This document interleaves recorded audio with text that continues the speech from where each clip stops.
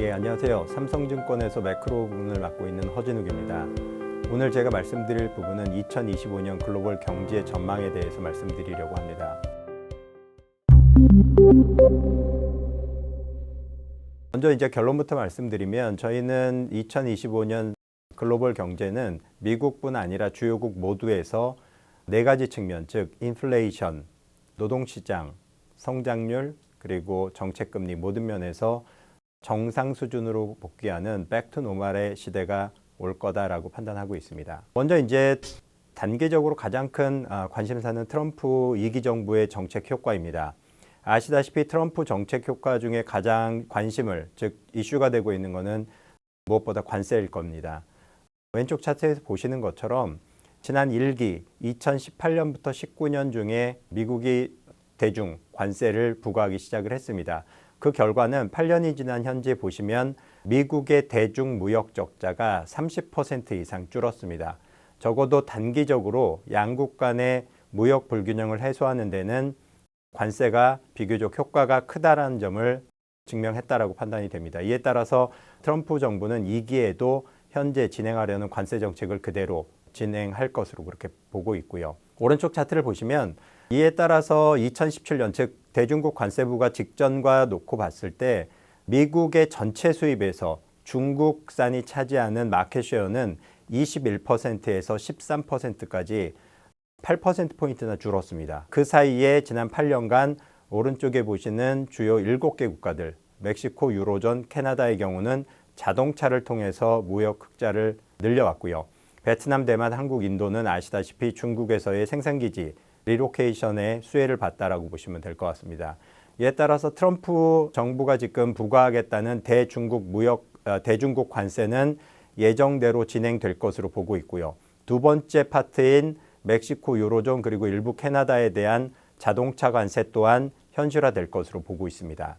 반면에 문제는 이제 모든 나라에 대해서 부과하는 10% 보편적 관세인데 이거는 저희는 현실화될 가능성이 30% 내외다라고 판단하고 있습니다. 즉 실제로 부과하기보다는 우방국들에 대해서는 방위비 분담을 늘리고 또한 대미 수입품을 늘려주는 방식대로 해서 협상의 수단으로 사용할 가능성이 높다 이렇게 판단하고 있습니다. 트럼프 관세 그리고 트럼프 전반적인 정책의 효과를 한번 살펴보면 방금 말씀드렸던 대로 저희 삼성의 기본 시나리오인 대중국 무역 관세 그리고 자동차 관세가 부과될 경우에 그 기본 시나리오는 왼쪽 차트에서 보시는 것처럼 빨간색 인플레이션 궤적을 그릴 것으로 그렇게 보고 있습니다.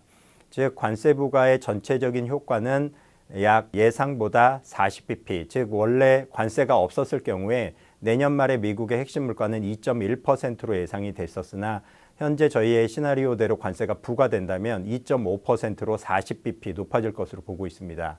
어제 새벽에 FOMC에서도 전망을 바꾼 것도 저희 숫자랑 거의 같은 숫자로 바꿨다라고 보시면 될 것 같습니다. 그래서 전체적으로 놓고 보시면 관세 부과를 하지 않을 경우에 비해서는 인플레이션이 올라간다라고 보시면 됩니다만 전체적으로 한 1, 2년 텀을 놓고 본다면 여전히 물가의 둔화 추세는 지속이 된다. 이렇게 보시면 될 것 같습니다. 그래서 저희 관세 시나리오 하에서 연준은 내년 3월과 6월 두 차례 인하를 할 것으로 그렇게 보고 있습니다. 반면에 이제 가장 큰 리스크 요인은 보시는 것처럼 보편적 관세의 부과 여부입니다. 보편적 관세가 저희 예상 그리고 시장의 예상과 다르게 부과될 경우에는 파란색 점선처럼 미국의 인플레이션 궤적이 1% 이상 올라가게 됩니다. 이 경우에는 연준이 금리 인하를 중단하고 금리 인상으로 전환할 가능성도 매우 높아집니다. 따라서 내년도 전망에 있어서 가장 큰 리스크 요인은 보편적 관세의 부과 여부다 이렇게 보시면 될 것 같습니다. 다음으로 트럼프 정부의 정책이 성장률에 미치는 영향에 대해서 말씀드리겠습니다. 많이들 오해하시는 게 트럼프 정부의 정책이 미국의 성장률을 부스팅한다라고 알려져 있습니다만 실제로는 그렇지 않다라고 보시면 될 것 같습니다. 부스팅 효과는 재정 지출을 확대하는 소위 말하는 재정 자극만 놓고 본다면 파란색, 오른쪽에 있는 파란색 점선처럼 한 1년 반 동안 부스팅 효과가 마일드하게 나타나는 게 사실입니다. 근데 트럼프 정부의 정책의 가장 주된 요인은 이런 감세 정책 외에도 방금 말씀드렸던 관세와 그리고 이민의 제한이 있습니다. 그래서 관세와 이민 제한의 효과까지 다 합쳐서 성장률 충격을 본다면 보시는 바와 같이 빨간색 궤적으로 나오게 되고요. 2025년 내년도에 연간 성장률을 0.3%포인트 정도 낮출 것으로 보고 있습니다. 그리고 그만큼이 감세가 시작되는 26년에 추가된다라고 보시면 될 것 같아요. 그래서 전체적으로 놓고 보면 뉴트럴하다라고 보시면 됩니다. 이제 8년 전과는 다르게 세계 경제에서는 트럼프 정부의 관세 충격을 흡수할 수 있는 여러 가지 소위 말하는 긍정적인 요인들이 나타나기 시작을 했습니다. 이거는 8년 전에는 찾아보기 어려운 거였습니다. 제일 먼저 중요한 거는 주요국 중앙은행들이 금리 인하 사이클에 있다라는 거죠. 관세 충격이 커지면 커질수록 결국 주요국 중앙은행들은 금리 인하 폭을 늘려서 그 관세 충격을 흡수할 겁니다. 그래서 8년 전에는 모든 나라들이 제로금리 혹은 마이너스 금리여서 추가로 부양할 수 있는 여력이 없었다면 지금은 주요국들은 4에서 5%에 달하는 금리 인하 여력이 있다. 이게 굉장히 중요한 긍정적인 요인이다라고 보시면 될 것 같고요. 두 번째, 특히 신흥국 입장에서는 중국의 정책 대응이 8년 전과는 다르다는 점입니다. 8년 전에 관세 충격에 맞서서 중국이 했던 선택은 위안화를 15% 이상 절하시켜서 수출을 부양하는 거였습니다. 이 경우에는 다른 신흥국들의 수출 시장에서의 마켓쉐어를 뺏어오면서 임금 궁핍화 전략을 썼던 거죠. 반면에 최근에 아시겠지만 지난 9월부터 중국은 내수 부양으로 돌아선 상태입니다. 그래서 8년 전과는 다르게 위안화는 3에서 5% 이내의 마일드한 절하 정도를 생각하고 있고요. 중국은 수출을 부양하기보다는 내수를 부양함으로써 경기 충격을 흡수해 줄 것으로 보고 있습니다. 이 경우에는 신흥국들 전반의 자산 그리고 통화가치 안정에 기여할 것으로 저희는 그렇게 기대하고 있습니다. 세 번째는 트럼프 정부의 에너지 정책의 특징은 공급을 늘리는 겁니다. 따라서 트럼프 1기 때 4년간을 놓고 보면 WTI 평균 유가가 58불에 불과했습니다. 현재 수준보다 약 20% 이상 낮은 거고요. 저희는 향후 이제 1, 2년에 걸쳐서 국제 유가가 하락 안정화되면서 이에 따른 에너지 수입 비중이 높은 유럽 그리고 동북아 국가들한테 굉장히 긍정적인 효과가 날 것으로 보고 있습니다. 이게 트럼프의 관세 충격을 흡수해주는 세 번째 요인이다라고 보시면 될 것 같고요. 그리고 네 번째로 끝으로 지난 2년간 글로벌 제조업이 침체였는데 이제 금리 인하가 지속이 되면서 금리 인하에 민감한 내구재 수요, 자동차나 가구 등과 같은 내구재 수요가 회복되기 시작할 것으로 그렇게 기대합니다. 그래서 이 이상의 네 가지 긍정적인 변화들을 종합하면 트럼프의 관세 충격을 상당 부분 흡수해 줄 수 있을 것으로 저희는 그렇게 기대하고 있습니다. 앞서서 말씀드렸던 대로 네 가지 측면에서의 정상화, 그중에 가장 첫 번째 중요한 거는 인플레이션입니다. 현재 인플레이션이 문제가 되고 있는 거는 미국밖에 없고요. 왼쪽에서 보시는 것처럼 파란색 선에서 나타나는 미국의 주거비를 제외한 나머지 핵심 물가는 이제 2%를 하회하기 시작을 했습니다. 즉 주거비에만 물가 압력이 남아 있다라고 보시면 되는데요. 이 주거비는 오른쪽 그림과 같이 새로 빌리는 신규 임차인들의 주거비는 빨간색에서 보시는 것처럼 월세는 이미 팬데믹 이전 수준보다 낮아지기 시작을 했습니다. 그런데 소비자 물가에는 기존 임차인들이 높은 가격으로 빌렸던 월세가 다 포함되어 있기 때문에 모든 계약이 낮아진 월세로 다 롤오버 될 때까지 12개월의 시차가 존재를 합니다. 그래서 이제 기다리기만 하면 되는데 내년 1, 4분기 정도가 되면 미국의 CPI에 반영되는 주거비는 4% 초반까지 하락 안정화되면서 이번 인플레이션은 마무리될 것으로 저희는 그렇게 기대합니다. 이게 첫 번째 백투 노멀이다라고 보시면 될 것 같고요. 두 번째는 노동시장입니다.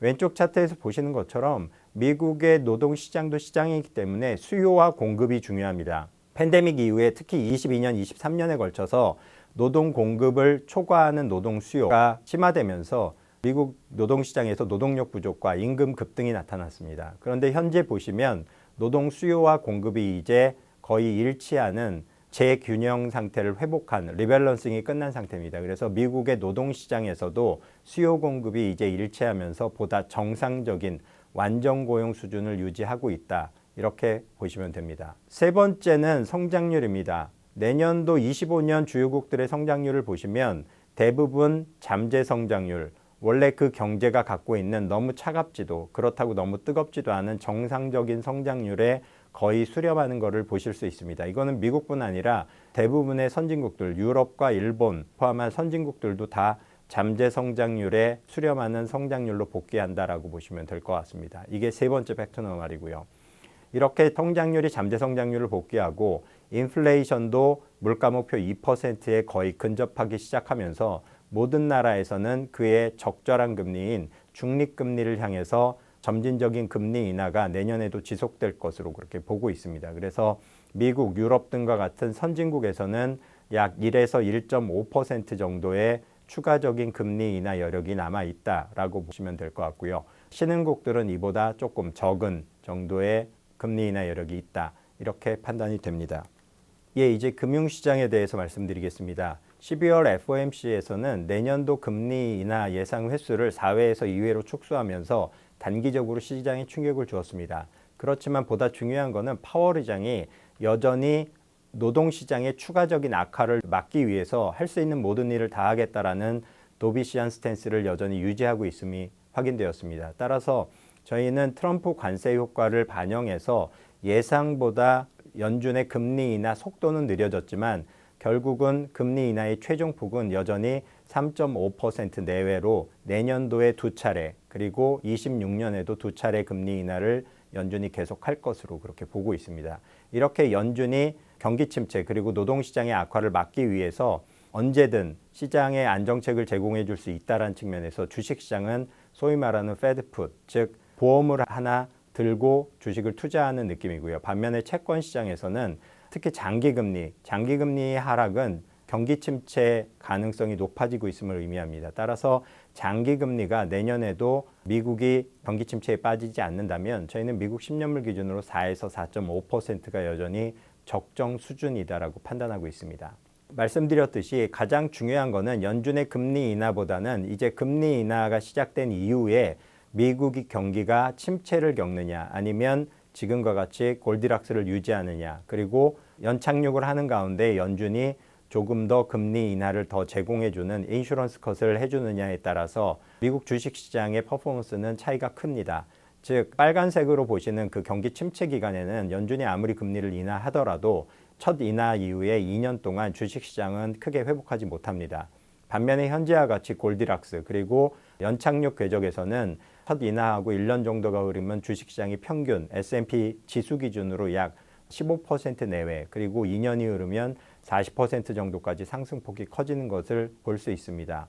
저희는 최근에 미국 주식시장의 상승 속도가 조금 다소 부담스럽긴 하지만 과거에 비슷한 경제 사례들을 감안을 할 때 미국이 내년에 경기 침체를 겪지 않는다면 주식시장은 여전히 완만한 상승 국면에 있다 이렇게 판단하고 있습니다. 반면 채권시장의 경우에는 금리를 인하하는 것은 단기금리 즉 국채 2에서 3년물 만기의 단기금리까지는 직접적인 영향을 받습니다. 그래서 단기금리는 점진적으로 금리 인하 궤적에 맞춰서 하락 안정화될 것입니다. 반면에 10년물 금리는 오른쪽에 보시는 것처럼 정책금리 인하랑은 별개로 미국의 경기 상황이 연착륙이냐 아니면 경기 침체냐에 따라서 10년물의 레벨은 결정이 됩니다. 그래서 미국의 경기가 내년에도 침체를 겪지 않고 현재의 골디락스 국면을 저희 예상 그리고 컨센서스 예상대로 유지를 한다면 미국 10년물 국채금리는 여전히 4에서 4.5%를 유지할 것으로 저희는 그렇게 기대를 하고요. 장기금리에 투자하실 때 기대할 수 있는 기대 수익은 그 높은 이자에서 나오는 캐리 이자이지 금리가 하락하면서 채권의 가격이 올라가는 캐피탈 게인을 기대하기에는 아직 미국 경기가 양호한 수준을 유지한다 이렇게 보시면 될 것 같습니다. 예, 이상으로 2025년 글로벌 경제 전망에 대해서 말씀드렸습니다. 저희는 글로벌 경제가 5년간의 팬데믹 충격에서 벗어나는 정상화 과정을 마무리 짓고 내년에는 성장률, 인플레이션, 노동시장 그리고 정책금리 네 가지 측면에서 정상 수준으로 복귀할 것으로 예상을 하고 있습니다. 경청해 주셔서 감사드립니다. 고맙습니다.